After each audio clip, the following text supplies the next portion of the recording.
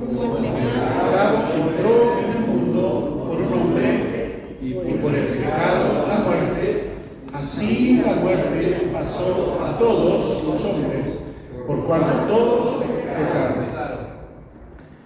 Pues antes de la ley había pecado en el mundo, pero donde no hay ley no se inculpa de pecado. No obstante, reinó la muerte desde Adán hasta Moisés, aún en los que no pecaron a la manera de la transgresión de Adán, el cual es figura del que había de venir. Pero el don no fue como la transgresión, porque si por la transgresión de aquel uno murieron los muchos, abundaron mucho más para los muchos la gracia y el don de Dios por la gracia de un hombre, Jesucristo. Y con el don no sucede como en el caso de aquel uno que pecó, porque ciertamente el juicio vino a causa de un solo pecado para condenación, pero el don vino a causa de muchas transgresiones para justificación. Pues si por la transgresión de uno solo reinó la muerte, mucho más reinarán en vida por uno solo, Jesucristo, los que reciben la abundancia de la gracia y el don de la justicia. Así que, como por la transgresión de uno vino la condenación a todos los hombres, de la misma manera, por la justicia de uno, vino a todos los hombres la justificación de vida. Porque así como por la desobediencia de un hombre, los muchos fueron constituidos pecadores, así también por la obediencia de uno, los muchos serán constituidos justos. Pero la ley se introdujo para que el pecado abundase. Mas cuando el pecado abundó, sobreabundó la gracia, para que así como el pecado reinó para muerte, así también la gracia reine por la justicia para vida eterna mediante Jesucristo nuestro Señor. Luego vamos a ver lógicamente el capítulo 6, y en el capítulo 6 veremos que nosotros ahora como creyentes estamos muertos al pecado. Lo anterior que acabamos de leer tiene una connotación de lo que hemos venido hablando acerca de la justificación. Una palabra muy importante para este estudio, dos palabras, condenación y justificación, se dan en el contexto de lo que acabamos de leer, en el sentido de una forma legal de poder referirse a estos dos verbos. Ya lo vamos a ver en lo que sigue. Es imputación de justicia referida a la condenación, es decir, como resultado de Dios para el hombre pecador, pero también imputación de inocencia respecto de la justificación que a través de Cristo el Señor podemos recibir. Estas dos ideas son las que están en el centro de lo que Pablo va a plantear. Por lo tanto, por favor tome su apunte. Inmediatamente la explicación del versículo 12, en sus primeras frases, lo que está achurado con negrito son frases textuales, a veces en algunas traducciones como la Reina Valera del 95, a diferencia de la que tenemos del 60. Así que si encuentran alguna diferencia, solo será por diferencia de traducción, ¿ya? Dice la primera frase, como el pecado entró en el mundo por un hombre, se está refiriendo a la caída de Adán, ¿cierto? Adán y su caída trajeron muerte a la humanidad. La Biblia no se estanca tratando de definir el origen del pecado, escuche bien. El pecado también ocurrió en el reino angelical con Satanás. El cómo y el cuándo son inciertos. ¿Qué significa esto? Que nosotros leemos el Génesis y no tenemos certeza, ¿verdad?, de las fechas, e incluso hay algunos que dicen que Adán no existió y que desde el capítulo 1 al capítulo 3 son figuras de algo. ¿Ya? Yo particularmente creo que estos 3 capítulos son literales desde el punto de vista de la escritura de Moisés, de acuerdo a lo que él tiene, el entendimiento que tiene respecto de la cultura general. Si ustedes registran de estos 3 capítulos, en varias civilizaciones antiguas existe concordancia incluso con el diluvio. El registro del diluvio, entre otras cosas, está escrito no solo en la Biblia, sino también en otros hallazgos arqueológicos que dan cuenta de que esto existió y que fue tal. ¿Ya? El problema es que la Biblia no nos da fecha. Cuando dice la Escritura que fue hecho la creación en 6 días, el séptimo el Señor descansó, ¿verdad? Todos esos detalles nosotros asumimos inmediatamente en nuestra manera posmoderna de entender las fechas. Entonces hablamos de un domingo, lunes, martes, jueves, ¿cierto? Y así vemos, pero en realidad lo que está escrito está hablando acerca de tiempos. Lo que no está definido si fueron días de 24 horas, ¿cierto? O periodos que se les denominó día y noche. Recuerden que antiguamente Matusalén, ¿alguien se acuerda cuánto vivió? ¿Cuánto? 969, hermano, una computadora. ¿Ya?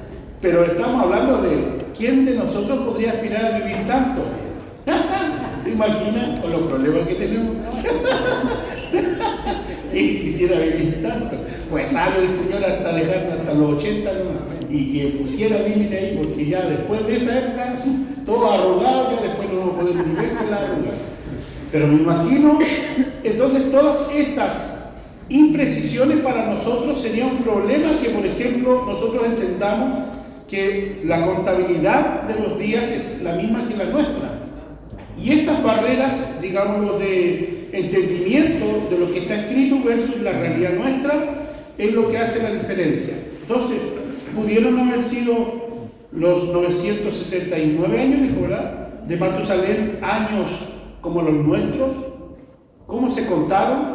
Todas esas respuestas no están definidas, porque la Biblia no lo dice, nada más que dice que vivió tal fecha, ¿verdad? Pero también la Escritura dice que el Señor es quien puso límites. En los Salmos, David habla acerca del límite, en el Salmo 90, si no me equivoco, cuando habla acerca del límite de los ancianos, que el límite son 70 y los más robustos 80.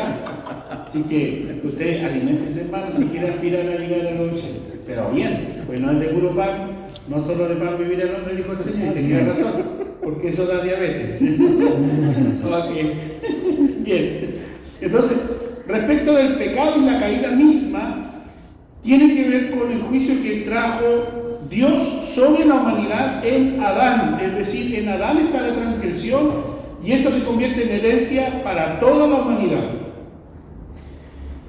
La caída tanto de Adán como del propio Satanás tienen escenarios diferentes, pero las dos tienen algo en común, que es el pecado. El pecado de Adán, y lo veremos un rato más, es diferente al de Eva, porque Eva oyó la voz de Satanás, pero al que se le dio la instrucción fue a Adán. Él debía enseñorearse sobre la creación y sobre la esposa que el Señor le dio.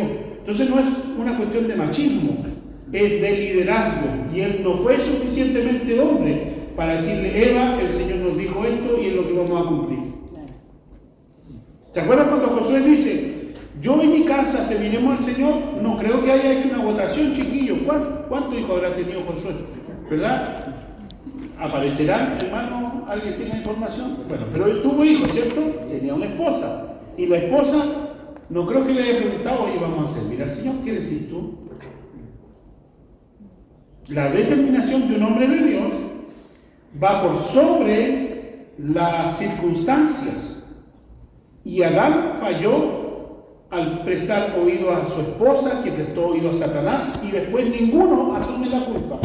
Si ustedes leen Génesis 3, encontrarán que cuando Dios vuelve al huerto, ellos están escondidos diciéndole al Señor que pecaron, que están desnudos.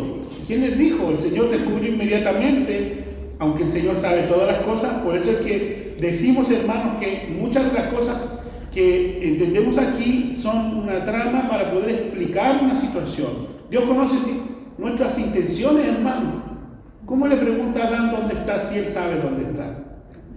¿Acaso ustedes creen que Dios se sorprendió cuando llegó al huerto y no encontró a Adán escondido con una rama y unas hojas de árbol? Ella lo sabía. Ella lo sabía, pero la pregunta retórica para que el hombre se haga cargo. Si el Señor ya le había dado una instrucción, ahora ¿por qué él se esconde de Dios si sabía lo que había de pasar? Ahora, noten por favor que la media verdad que Satanás dice a Adán y a Eva, es una verdad a medias que no carece de fundamento, porque en realidad lo que Satanás le dijo a Eva era lo que sucedió, porque le fue revelado el bien y el mal.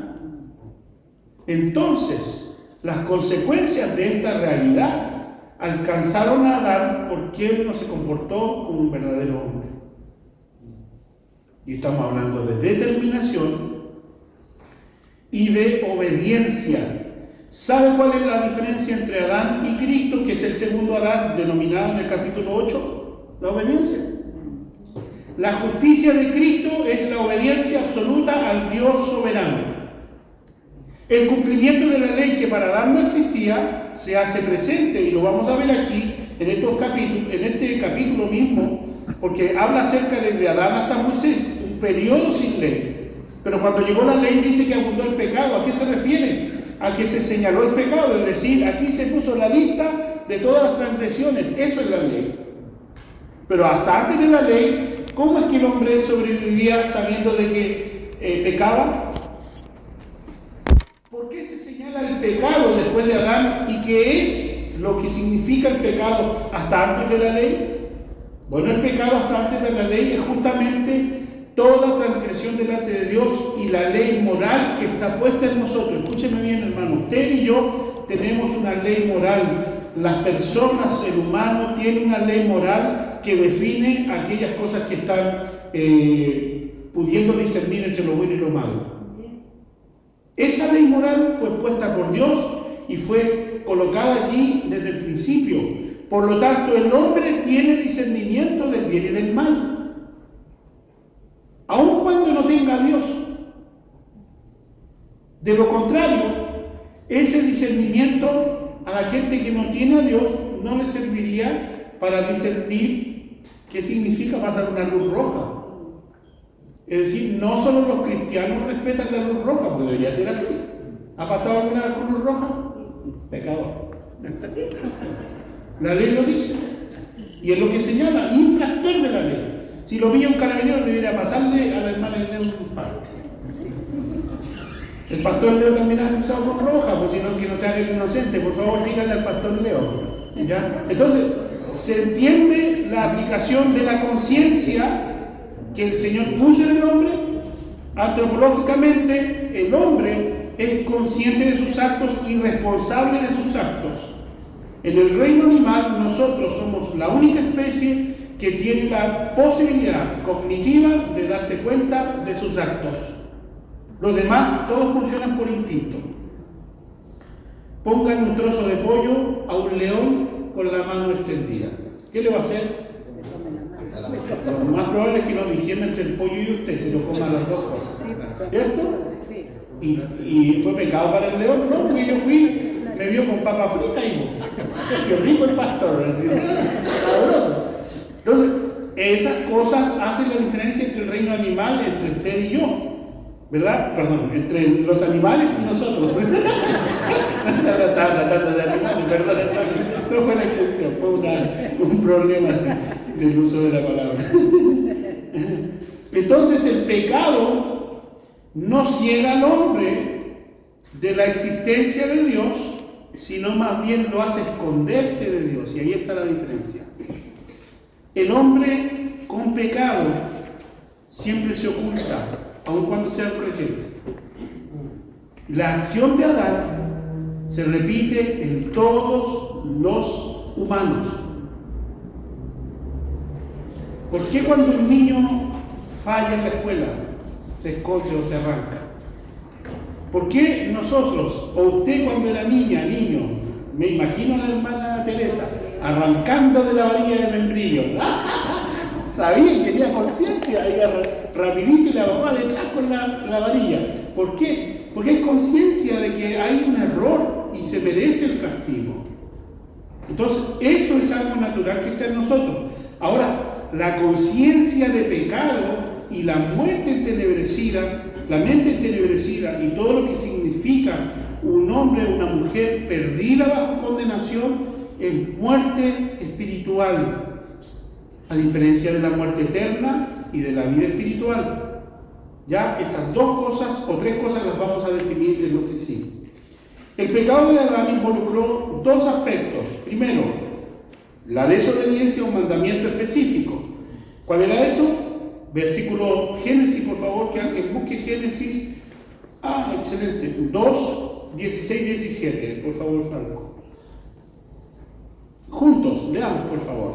Y mandó Jehová Dios al hombre diciendo: de todo árbol del huerto podrás comer, mas del árbol de la ciencia del bien y del mal no comerás, porque el día que de él comieres, ciertamente morirás. ¿Qué fue esto? No. ¿Qué fue? Un mandamiento. Mire lo que dice el 16, por favor, comienza. Y mandó. Es un mandamiento, es una ordenanza, es una orden claramente y específica. No comer de ese árbol, del todo podían comer, menos de ese árbol. ¿Ya? Entonces, cuando Satanás llega a tentar a Eva, justamente lo tienta con este versículo bíblico. No estaba escrita la Biblia, por supuesto, pero este es el argumento que Satanás usó para poder tentar a Eva. Y le dijo: con que Dios os ha dicho, el 17, por favor. Con que Dios os ha dicho que si comen de este árbol van a morir. La respuesta de Satanás, cuando hace esta pregunta de que Dios les dijo y les dio esta orden, cuando ustedes coman, les dijo, van a ser como Dios y podrán saber el bien y el mal. Lo dice el capítulo 3. ¿Qué significa esto? ¿Tenía razón Satanás? Tenía razón. ¿Tenía razón? Sí. ¿Qué pasó cuando comieron? Supieron el bien y el mal. ¿Qué le dijo a ellos que estaban desnudos? Eso mismo. El saber. Ahí está. ¿Por qué si el día anterior a comer estaban desnudos y no tenían ningún problema, y al otro día que comieron se sentían ¿me entienden, no? Porque todas estas cosas son figura de lo que pasa en el interior del corazón, en la mente, en la visión que tenemos. Por lo tanto, lo que entró en muerte en el hombre fue justamente el pecado que ingresó, que causó que la mente y el corazón alcanzaran la muerte espiritual. Entonces, ¿cómo se explica si yo sigo viviendo, he nacido como un hombre y me muero eternamente y me muero espiritualmente? Bueno, es eso, el pecado, los efectos del pecado y luego la condenación eterna, que es la muerte eterna. El segundo pecado, el segundo aspecto del pecado que involucró el corazón de Adán es el orgullo orientado por el yo. Eso sería egocentrismo. Esto continúa la alusión a Génesis 3 que argumenta en Romanos 1, 18 al 32. Es muy largo, pero recuerda cuando lo leímos. Dice que la ira de Dios está contra toda impiedad de los hombres que detienen con injusticia la verdad de Dios. Es decir, dice, aun cuando Dios se reveló a ellos, ellos no quisieron tener en cuenta a Dios. Es decir, conscientemente. Por eso es que cuando se acuerdan que hablábamos acerca del arminianismo, del calvinismo y todas esas cosas anteriores que tratamos del tema, justamente muchas de estos postulados hacen como casi inocente al hombre de culpa, y no, el hombre decide alejarse de Dios, y lo dice ahí San Juan capítulo 3 en uno de sus versículos. ¿Por qué? Porque el que no viene a la luz es porque su corazón está entenebrecido, está en tinieblas, y no viene a la luz para que sus obras no sean expuestas. Es decir, es consciente que está trabajando por el mal, con un mal corazón, un corazón pecaminoso. ¿Por qué se arranca la gente de la justicia y de los carabineros? Si usted no ha hecho nada malo, ¿qué hace? No se arranca. ¿Pero quiénes son los que se arrancan? Los que están haciendo falta, los delincuentes. Entonces, ahí está la diferencia entre justicia y condenación, en el sentido de que el hombre no es consciente de su condenación, pero cuando se revela la justicia de Dios, en Adán entró para siempre la muerte, pero en Cristo recobramos la vida. Es la teología del pecado que tan claramente separa al apóstol Pablo del pensamiento rabínico judío. Los rabinos judíos no se enfocaban en Génesis capítulo 3. Génesis capítulo 3, escúchenme bien, hermanos, es clave para entender el libro de Romanos. Van de la mano. Si lo lees separado, el apóstol Pablo está yendo a ese capítulo para explicarnos todo este capítulo 5 y en adelante. Los rabinos no se enfocaban en este capítulo 3 de Génesis. Ellos declaraban en su lugar eso, que existen dos intentos llamados Yetzer en cada persona. ¿Qué significa? Su famoso dicho rabínico: en el corazón de cada hombre hay un perro negro y un perro blanco. ¿Ha escuchado esto como un sermón alguna vez? Sí, lo decía Spurgeon. Entonces, ¿cuál era la idea? Al que alimentes, ese será el más grande. Es como quien, es la idea de una pelea de perros, ¿ya? De estas peleas organizadas, no una pelea de calle ni nada de eso, una pelea de perros, en donde dejan sin alimentar a uno y al otro lo alimentan y lo echan a pelear. ¿Quién gana? El que está alimentado, no el que está desnutrido. Entonces, ese razonamiento, al momento de ser un postulado rabínico judío, que hacían que la idea era, la idea era que si yo alimento el pecado en mí, ese perro va a ganar. Si alimento la santidad, ese otro perro va a ganar. Entonces, alimento a uno en desmedro del otro. ¿Ya? Entonces, eso inmediatamente radica en el hombre en cuanto a la moral y el comportamiento. Entonces, deja fuera a Dios, la gracia, el poder del Espíritu Santo, y obviamente esto hará la diferencia entre lo que Pablo entiende y lo que los rabinos predicaban. ¿Por qué? Porque lo separa inmediatamente. ¿Por qué lo separa inmediatamente? Puede ser que en algún sentido tengan razón, pero el Hijo de Dios, que ha sido transformado por el Espíritu Santo, ya no camina en el pecado. Ha sido libre del pecado, y lo vamos a ver ahora cuando entremos al capítulo 6 de Romanos. Muertos al pecado, ya no hay más condenación. Entonces, el creyente no necesita alimentar el perro del pecado, porque el creyente debe vivir en santidad. Esa es su vida, ese es su camino, el camino de la santidad. Y el camino de la santidad no es un asunto moral, sino más bien posicional en Cristo. ¿Se acuerdan que estábamos viendo eso? Todo aquel que permanece en Cristo permanece en el Señor, pero el que no está en Cristo nunca lo ha sido.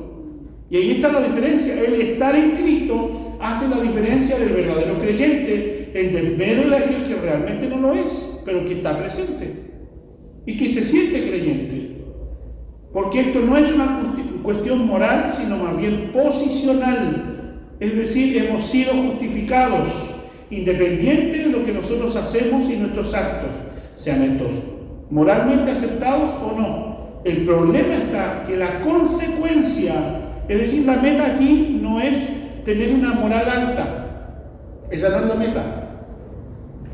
Esa es la consecuencia de alguien que ha sido transformado. ¿Me explico? La meta no es caminar hacia una moral alta, sino más bien hacer la voluntad de Dios a la imagen de Cristo para que el resultado sea la imagen de Cristo en nosotros. Es que nosotros nos veamos al espejo y miremos a Cristo cuando usted se para allí. ¿Ya? Porque esa es la wincha de medir, esa es la vara con que usted mire su vida espiritual.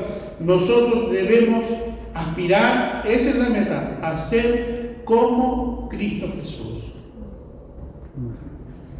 ¿Cómo va a aspirar a ser? ¿Viniendo a la iglesia? No. ¿Tocando el ministerio de alabanza? Tampoco. ¿Siendo sonidista o estando en el teclado o camarógrafo como el hermano? ¿Eso es parecerme a Cristo? No. Conocer la vida y obra del Salvador y todo lo que significa. Cuando Jesús da la gran comisión dice: y enséñenle a que guarden todas las cosas que yo les he mandado. Bueno, volvamos por favor al escrito porque si no, no vamos a terminar. Pablo dio varios orígenes del pecado. Uno, el origen podría ser la caída de Adán, la tentación satánica en el huerto y la rebelión continua del hombre. Es decir, antes de cualquiera de estas dos, tanto la caída como la tentación, el hombre ya venía en su corazón con rebeldía, ¿ya? Y no es una falla de fábrica, sino más bien algo que el hombre decidió en su corazón hacer. La Torre de Babel muestra eso. La Torre de Babel es la rebeldía humana en contra de su propio creador. ¿Qué hicieron y por qué lo hicieron? Hicieron una torre tan alta que querían llegar al cielo mismo para decirle así: a ver, aquí cara a cara, ¿dónde está Dios? Pues véngase, para que vean que nosotros también como hombres podemos llegar hasta el cielo. Cuando en verdad la Escritura dice que la Tierra, hablando acerca del planeta como tal, es el estrado de los pies del Señor, de manera figurativa, es como donde Dios pisa. El Dios del universo. ¿Cómo se compara un hombre de carne y hueso hecho de polvo levantarse contra el Creador? Pero esa rebelión, desde el principio hasta el día de hoy, todavía existe. De hecho, influencia la educación, la rebeldía, la rebelión del hombre, influencia la educación, la política, el gobierno, la alimentación, el cambio climático, todas las áreas de la vida, la computación, la internet, todo de alguna forma refleja la rebelión del hombre contra su propio creador. Así es que el origen del pecado está en nuestro propio corazón y no en alguien más, como le hizo ver Eva al Señor y Adán al Señor. La serpiente me dijo que comiera. ¿Acaso ella no podía decidir? Y Adán, cuando le preguntan a Adán, el discreto dice: la mujer que me diste. O sea, la culpa era de Dios porque le hizo una mujer imperfecta. Entonces aquí la culpa está en el hombre, en su interior, y nos hace falta ser valientes para reconocer que nosotros somos los culpables de pecado. En los contrastes teológicos y paralelos entre Adán y Jesús están presentes dos posibles implicaciones. Sería que Adán fue una persona histórica real, que era lo que decía adelante, y que Jesús fue un ser humano real. ¿Por qué dice esto, pastor? Usted me pregunta, ¿pero pastor, acaso no fue Jesús real? ¿Acaso Adán no fue real? Bueno, ambas verdades afirman que Jesús es real y que Adán es real desde esta perspectiva teológica antropológica. La veracidad de la Biblia a raíz de las falsas enseñanzas. Los gnósticos estaban enseñando en el tiempo de Pablo y a los romanos que Jesús en realidad no había existido, sino más bien era una fábula para poder mostrar a un Dios que se hizo hombre. E incluso lo mostraron de tal forma que el hijo de Zeus, ¿verdad?, era como el paralelo a la historia rabínica del Mesías.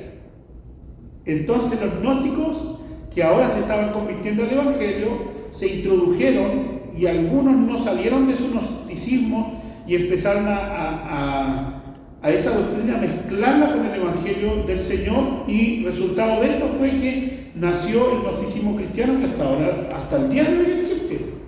Hasta el día de hoy influencia la iglesia evangélica. Y a veces no nos damos cuenta, y ya lo hemos visto antes en otras sesiones de estudio bíblico, como muchas de las herencias en las costumbres de la iglesia evangélica vienen de ese concepto gnóstico cristiano. Bien, por el pecado la muerte, dice allí, ¿verdad?, el versículo 12, que por el pecado entró la muerte, ¿verdad? La Biblia revela 3 etapas de la muerte, y aquí está: la muerte espiritual, que es la muerte de la relación del hombre con Dios, la separación del hombre con Dios, que es con lo cual fue sentenciado Adán. Adán murió para Dios por causa de su pecado. Pero también la segunda implicación es la muerte física, ¿verdad? Que el hombre tiene límite y va a volver al polvo, la sentencia de Dios. Y finalmente, tercero, la muerte eterna. Justamente esto aparece en Apocalipsis, ¿verdad? Donde dice que el Hades entregó a los muertos, el mar, ¿verdad? Y los que no fueron hallados en el libro de la vida fueron lanzados al lago de fuego, y dice, y esta es la muerte segunda. A todos los que no se hayan inscrito en el libro de la vida serán lanzados en el lago de fuego.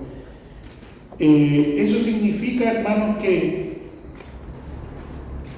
el caso de la muerte que sufrió Adán no fue la muerte eterna, sino la muerte espiritual. La muerte espiritual. La muerte pasó a todos los hombres. La mayor verdad de este pasaje es la universalidad del pecado, es decir, la herencia del pecado produjo la muerte en toda la humanidad. El pecado de Adán produjo que usted y yo necesitáramos a Cristo como Redentor. Si Adán no hubiera pecado, distinta sería la historia.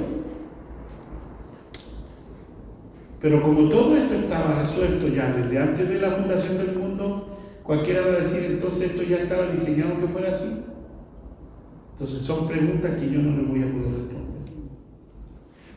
En Génesis 3:15, la imagen de esa descendencia de la mujer ya estaba dicha.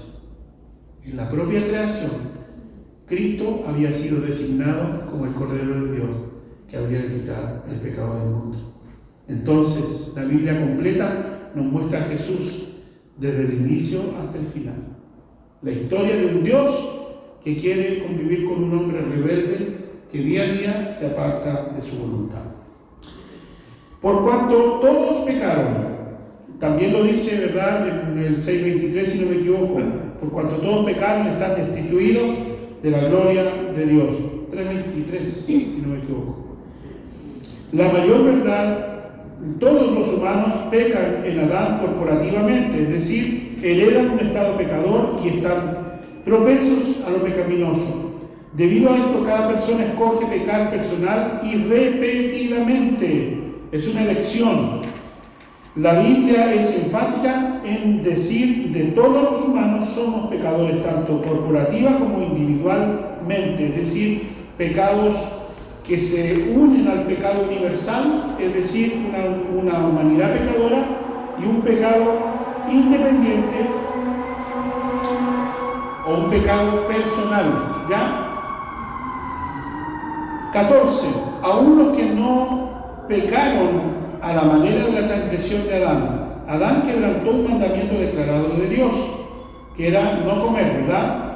Aún Eva no pecó de la misma manera que Adán. ¿Sabe por qué? Porque la orden fue dada a Adán y no a Eva. Si usted revisa el capítulo 16, perdón, el 2 de Génesis, versículos 16 y 17, todavía no está Eva. Eva fue hecha de la costilla después de que el Señor le dio la orden a Adán de que no comiera del árbol. Entonces, Eva no escuchó de Dios que no podía comer de este árbol. Lo escuchó o lo debió escuchar de su esposo, de Adán. Porque a Adán se le dio la orden y Adán no supo transmitir la palabra del Señor.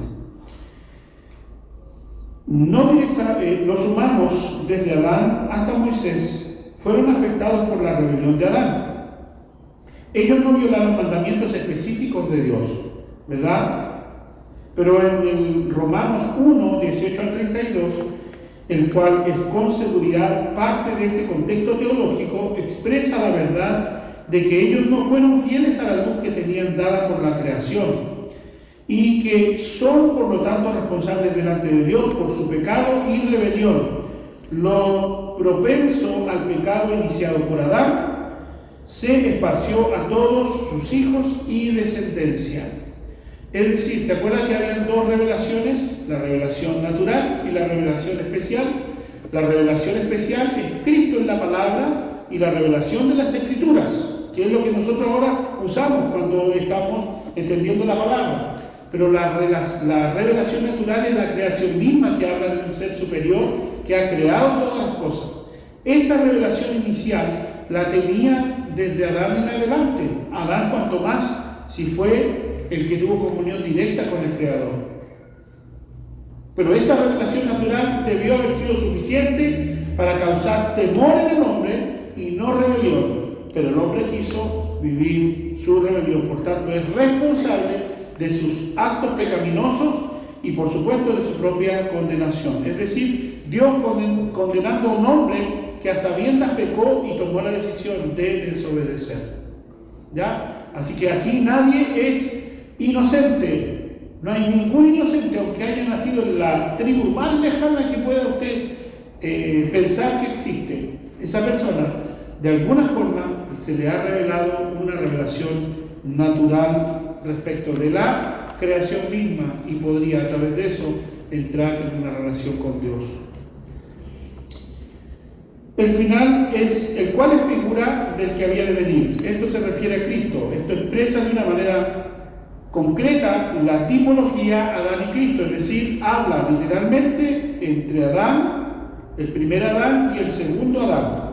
Ambos son vistos como los primeros de muchos más que vendrían, es decir, el origen de una raza. Adán es la única persona del Antiguo Testamento a la que se menciona específicamente como un tipo o figura de Cristo en el Nuevo Testamento. Es la única persona en el mismo sentido que se ha de registrar, y en este capítulo específicamente, entre otros de lo que Pablo va a decir. En el 5.15, versículo 15, el don. Hay dos palabras griegas diferentes para don, usadas en este contexto, que es carisma y la otra es dorea o dorama, y aparecen respectivamente en los versículos 15, 16 y 17, pero son sinónimos. Esta es realmente las buenas nuevas de salvación, es decir, cuando habla del don, está hablando del Evangelio, ¿ya? Cuando usted lea, por favor, ahí el 15 dice, pero el don no fue como la transgresión. Cuando usa esa palabra se está refiriendo a don, el Evangelio del Señor, el carisma, el querigma. ¿Se acuerdan que hablamos de eso también? Entonces, estamos hablando del Evangelio mismo, el don, la buena noticia. Así fue conocido el Evangelio, ¿no? Por lo tanto, cuando habla de esto en estos versículos se refiere a la salvación. Es un regalo gratuito de Dios a través de Jesucristo para todos los que creen en Él. Reinarán en vida los que reciben la abundancia de la gracia y el don de la justicia. Jesús es el regalo de Dios y su provisión para todas las necesidades espirituales de la humanidad pecadora. Estas frases paralelas pueden significar: 1. A la humanidad pecadora se le ha dado una relación correcta con Dios a través de la obra terminada de Cristo, la cual resulta en una vida de santidad. O 2, esta frase es sinónimo de vida eterna. El contexto apoya la primera opción. Finalmente, ya casi el 18, de la misma manera que la justicia de uno vino a todos los hombres, la justificación que produce vida. Tal cual como por Adán viene la muerte, ahora por Cristo viene la vida. Amén. Y ahí está la diferencia entre que por una transgresión heredamos el pecado para toda la humanidad, ahora por muchas transgresiones, dice la Escritura, es decir, la acumulación del pecado de la humanidad, ahora por uno solo recibimos la justificación. Es como que si fuera una fórmula matemática, tendríamos que poner, ¿verdad? Adán igual pecado. Pecado igual a mucho pecado, transgresión. Y mucha transgresión igual Cristo. Es decir, empieza en Adán, el resultado de Adán, la acumulación del pecado, culmina con la justificación de Cristo. Si fuera una fórmula matemática, alguno de ustedes que es matemático podría, por favor, inventar una fórmula que explique esta realidad del pecado universal y la obra justificadora de Cristo. ¿Se entiende lo que quiero decir? A lo mejor no es muy buena mi enseñanza matemática, pero sí, de alguna forma, retrata lo que significa el pecado de Adán, las consecuencias de la humanidad, y estas consecuencias visto en una acumulación total de pecaminosidad de los siglos, para que en Cristo ahora sea absorbida, para que la justificación que recibimos por Él pueda perdonar la transgresión de muchos. No de todas las personas, sino de todos los que vienen arrepentidos al Salvador. Amén. Así que, ¿todos los hombres pueden venir en arrepentimiento a Cristo? Sí. Y el arrepentimiento es condicionante para recibir a Cristo y su salvación. La desobediencia, vamos a ir al final para concluir. 19. La desobediencia de un hombre a la obediencia de uno, es lo que acabo de decir. Pablo estaba usando el concepto teológico corporativo del Antiguo Testamento, en el cual los hechos o actos de una persona afectaban a toda la comunidad, ¿verdad? De la misma manera, la desobediencia de Adán y Eva trajeron juicio de Dios en toda la creación. Toda la creación ha sido afectada por las consecuencias de la rebelión de Adán. Eso es lo que sucedió. El mundo no es el mismo desde entonces. Los seres humanos no son los mismos desde entonces. La muerte se convirtió en el final de la vida en la tierra. Este, en realidad, no es el mundo que Dios quería que fuera. Es decir, esta no es la forma de cómo Dios lo diseñó. Adán falló y las consecuencias son el mundo que tenemos hoy. En el mismo sentido corporativo, el acto único de obediencia de Jesús, es decir, el Calvario, resultó en, esto es lo que hizo Cristo por nosotros, una nueva era, la era del Mesías, un nuevo pueblo, es decir, los que han sido lavados con la sangre de Cristo, y tercero, un nuevo pacto, este pacto de su sangre, que es lo que estamos viendo en la Cena del Señor y en el bautismo, el día domingo. Esta teología representativa es llamada la tipología Adán y Cristo. Esta es una forma literaria de ver a Adán respecto del Señor Jesucristo. Dos personas que forman una misma figura. Por uno entra la muerte y por el otro entra la vida y la justificación. Jesús es el segundo Adán. Es el nuevo principio de toda la raza humana. Es decir, Adán falló como prototipo, pero ahora Cristo es el hombre perfecto para que en él esta nueva era se inicie con nuevos hijos a la imagen del Señor. Usted y yo fuimos conformados, hermano, esto es un misterio de los siglos. Y escúchelo bien. Usted y yo fuimos rediseñados para vivir esta nueva vida según Cristo. ¿Eso qué significa? Que usted ahora es esa nueva imagen de lo que debió haber sido el primer Adán. Ahora en Cristo, esa nueva imagen del hombre perfecto, usted y yo somos en él perfectos en Dios. Por su obediencia. Ahora usted y yo somos nueva criatura, ¿no? Esta nueva creación es según Cristo. Mire este misterio. Él modela esta nueva creación. En Él fuimos hechos justificados. Ya no por la justicia de un hombre común y corriente, sino por la justicia imputada, delegada, manera transferida de un hombre justo que es Cristo el Señor, para que hombres pecadores fueran conformados a la imagen de Él para vivir según Cristo y en Cristo para Dios. Por lo tanto, usted ahora que se ha convertido, es la imagen de Jesucristo el Señor delante del Padre. Por eso que usted y yo hemos sido justificados. No habría de otra forma. No es un asunto moral, sino más bien posicional. Usted está en Cristo, es esa nueva criatura según la imagen que Dios quiere ver. ¿Cuántos de los que están aquí están en Cristo?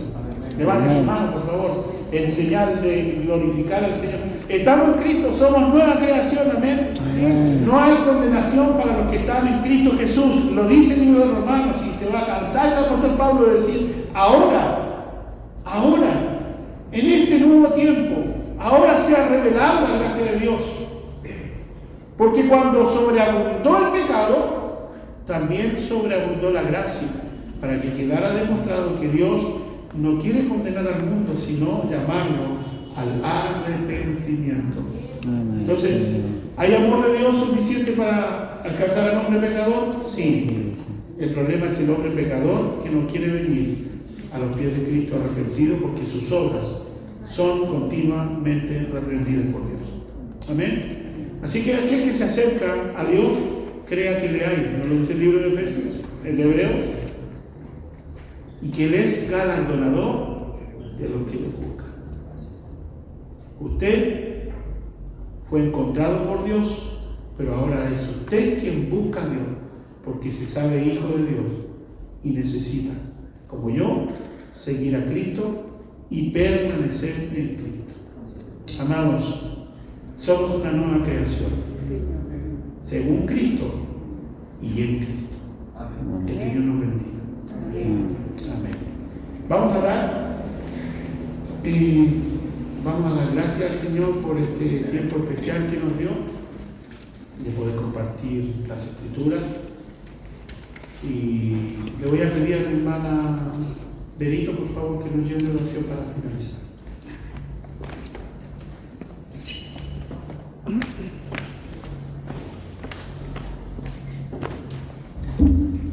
Padre, Dios Todopoderoso, te damos gracias en esta hora, mi Señor amado, porque, Señor, primeramente tú nos has traído a tu casa, el mejor lugar donde podemos estar, Padre amado, y también, Padre, te damos gracias, Señor, por esta palabra, por esta enseñanza, Señor, a través de tu siervo, Padre, Dios Todopoderoso, que queda en nuestros corazones, Señor, como un aprendiz, Señor, como una escuela para nosotros, Padre, para que, Señor, podamos, Señor, caminar, Señor, correctamente como tú quieres que caminemos, Padre, ¿ya? Con la verdad, con tu justicia, Dios Todopoderoso. Te damos gracias, Rey Dios Todopoderoso, por este tiempo hermoso, mi Señor amado. Y también bendecimos a nuestro siervo, Padre, que tú le usas, Señor, tú le pones todas las sabidurías a él, la inteligencia, Padre, para que nosotros podamos, Señor, escuchar, Señor, lo que tú nos enseñas a través de tu siervo, Padre. Te damos gracias, mi Dios amado. Muchas gracias por este tiempo hermoso, Padre. Es un tiempo, Señor, que ¿quién quisiera estar, Señor, en este lugar, Señor, escuchando, Padre, de tu sabiduría, de tu enseñanza, Dios Todopoderoso? Gracias, mi Dios, por este tiempo, mi Señor. También te pedimos, Padre, que tú, Señor, nos bendiga, Señor. Primeramente bendiga a nuestro pastor, a nuestra pastora, que ellos puedan llegar bien a su hogar, Padre, y también que nosotros tú nos acompañes, mi Dios amado, que tus ángeles nos acompañen a cada uno de nosotros que estamos en este lugar, para que podamos llegar bien a nuestro hogar, mi Dios Todopoderoso. Te damos muchas gracias, mi Dios. Gracias, infinitamente gracias, Padre, Dios Todopoderoso. A ti sea todo el honor, toda la honra, toda la gloria, Dios Todopoderoso. Gracias, mi Dios, en el nombre de Jesús. Amén y amén. El Señor les bendiga, amados hermanos. Qué bendición poder haber visto nuevamente su rostro. Y nos vemos el domingo con el favor de Dios. Los hermanos que van a venir a estudiar, este sábado comienzan los cursos a las 10 de la mañana en punto. Esperamos estar aquí para poder recibirles.